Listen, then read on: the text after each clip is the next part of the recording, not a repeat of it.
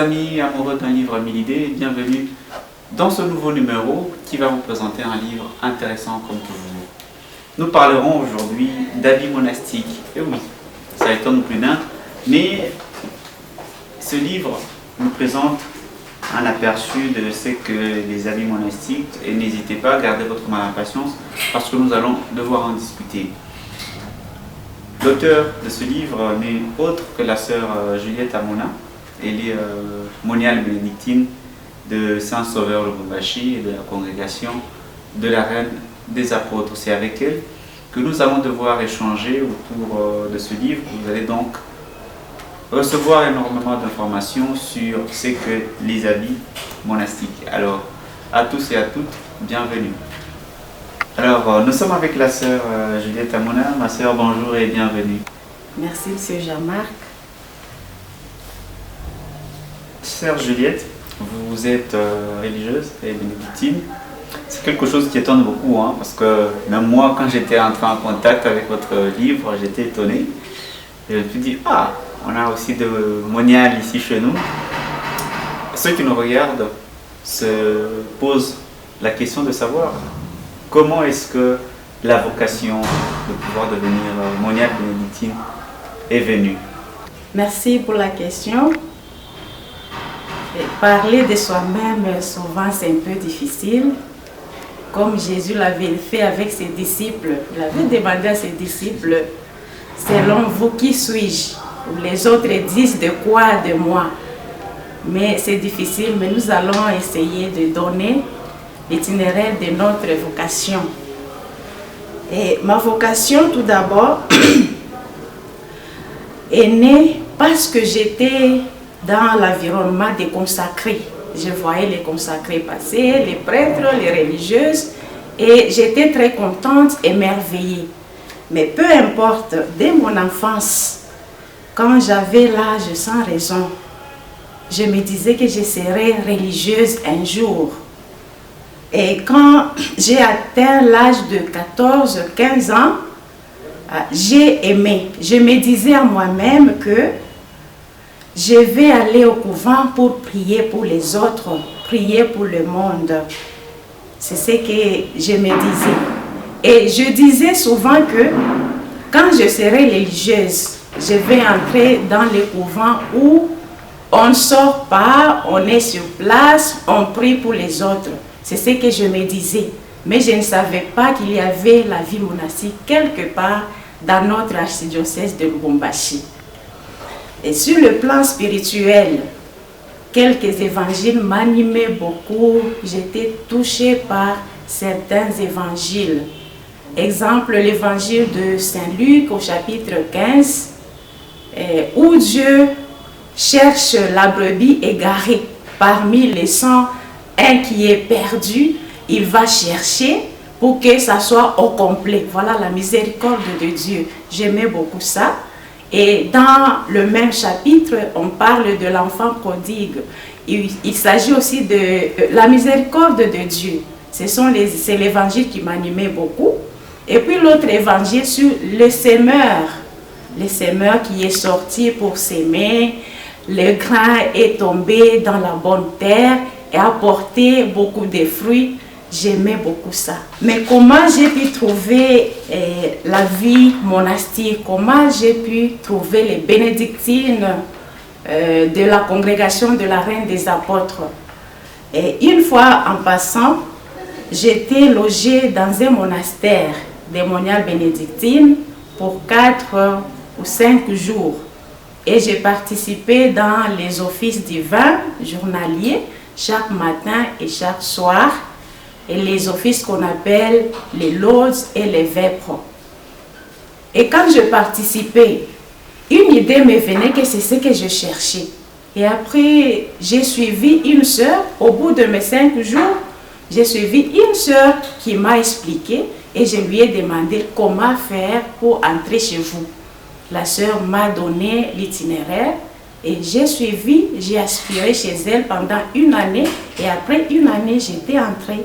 Et jusque-là, on est là par la grâce de Dieu.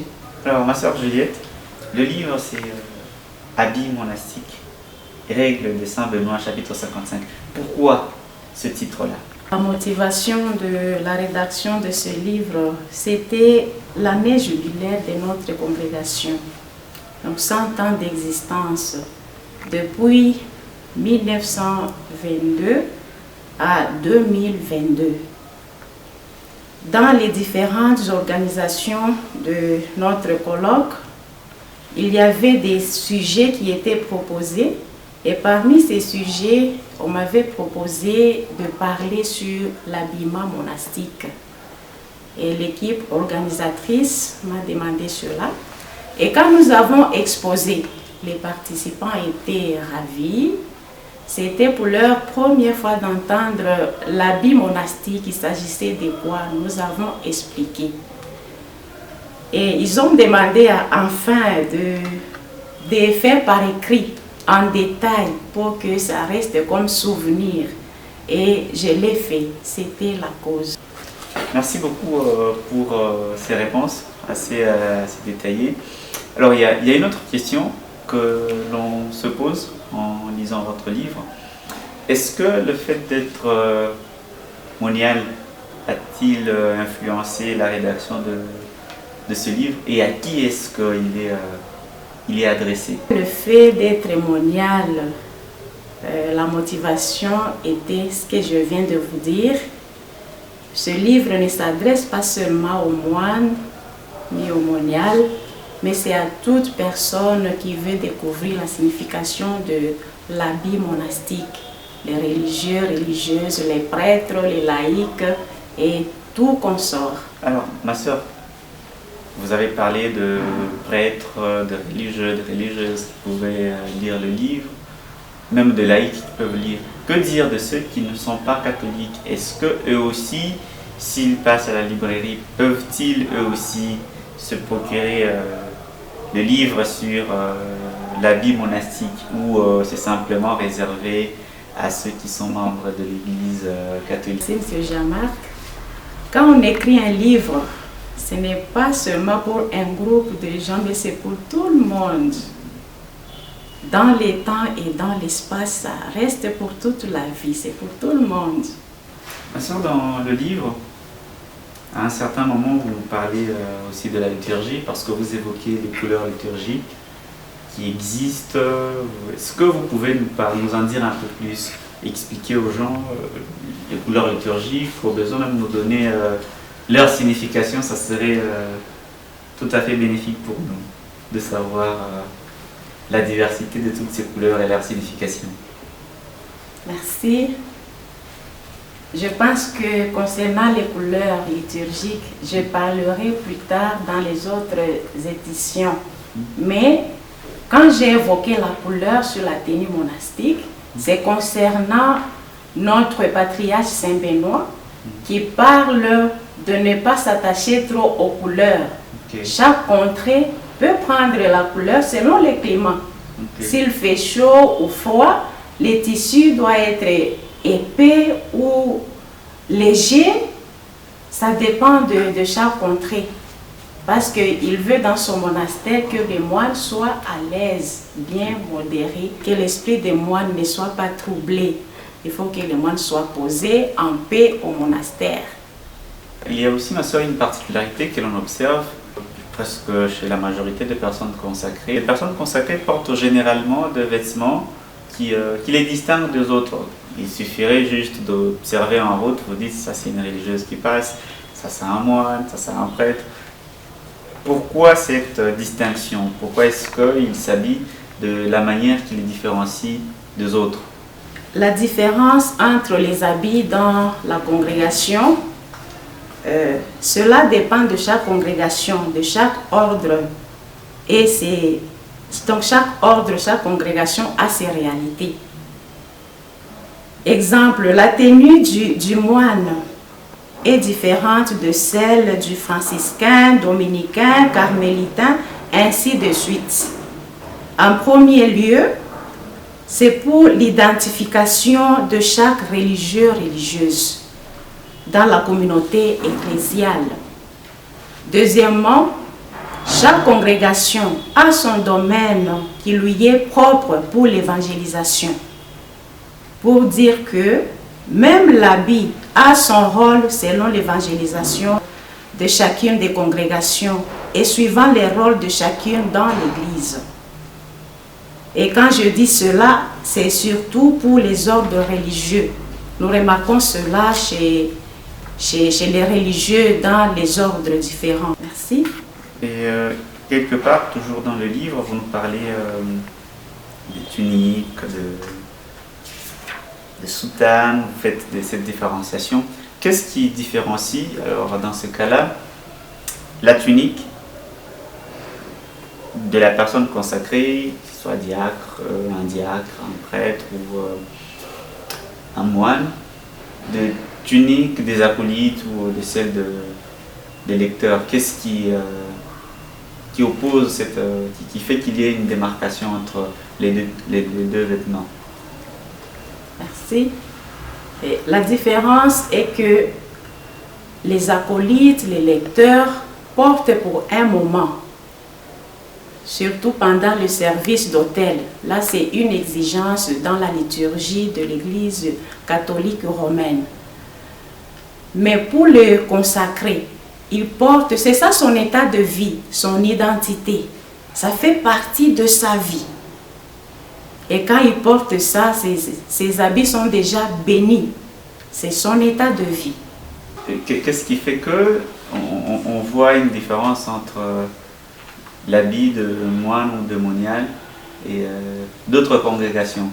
Qu'est-ce qui fait qu'il y ait cette différence-là? Parce que généralement, quand on observe, on ne sait pas d'un coup, on met tout le monde dans la même catégorie sans savoir peut-être qu'il y a une raison. Voilà, est-ce qu'il y a une raison qui fait qu'il y ait cette différence entre l'habit de moine ou de monial et... Merci, monsieur. Je pense que la moitié de la réponse est déjà donnée dans les lignes précédentes. Et j'ajoute aussi que les initiateurs de nos congrégations avaient leurs objectifs précis pour leur vie d'évangélisation. Et je souligne que la majorité d'ordres avaient pris quelques modèles de l'habit monastique et qu'ils ont modifié et orienté à leur manière.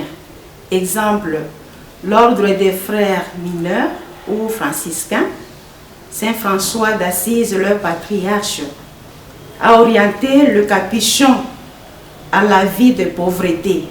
Donc leur capuchon est, si vous regardez bien, c'est triangulaire, donc différent de celui des moines. L'ordre des prêcheurs ou dominicains, avec Saint Dominique, il a imité le scapulaire au monastère et l'a orienté aussi à la vie d'humilité comme tenue de service aux pauvres en leur prêchant l'évangile.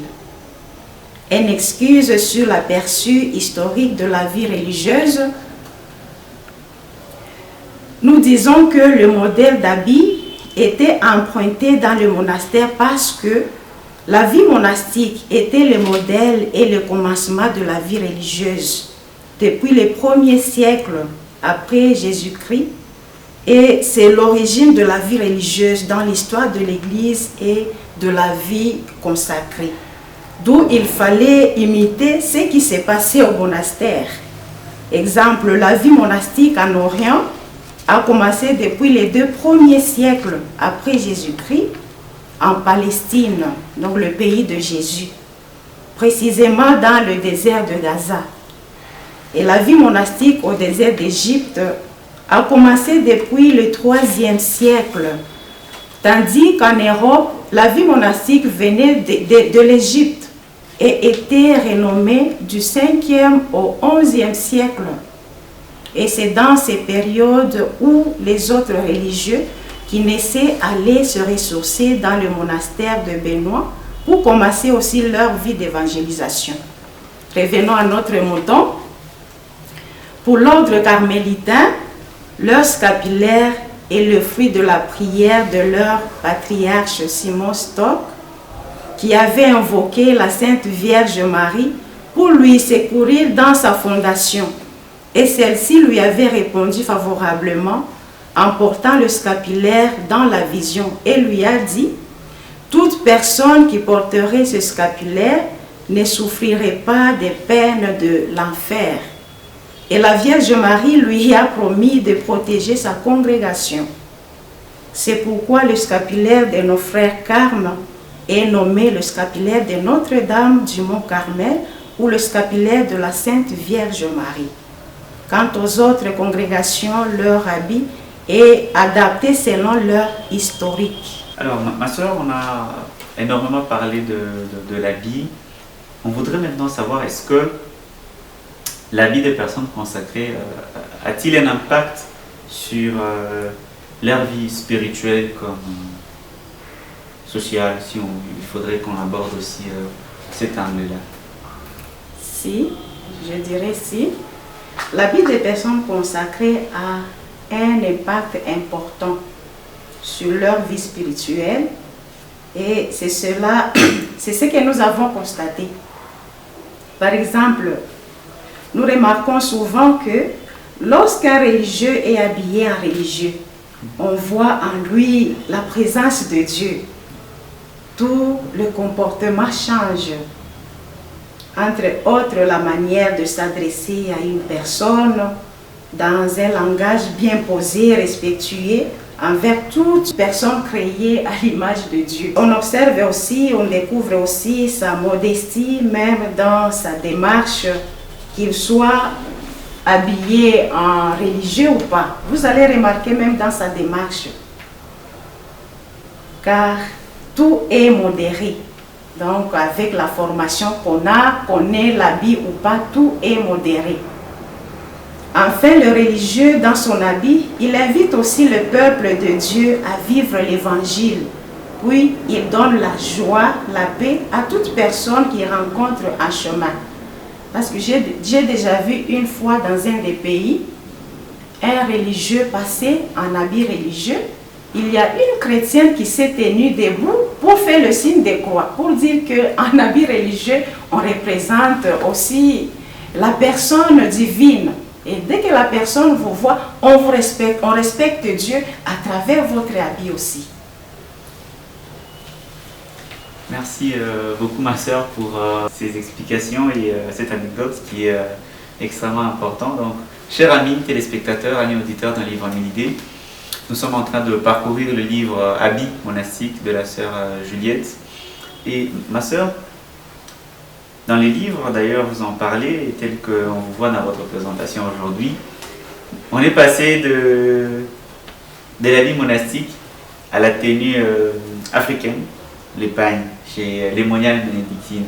Alors quand on voit, on se pose une question, que s'est-il passé pour qu'on en arrive là? Merci.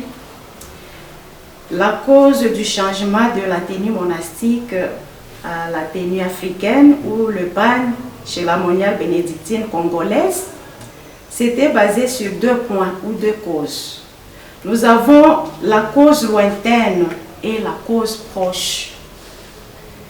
Premièrement, dans la cause lointaine fut le Concile Vatican II de 1962 à 1965, comme vous le savez bien, avec le pape Jean XXIII. Dans ce concile, on a déclaré l'ouverture au monde à tous les niveaux pour que l'évangile soit atteint.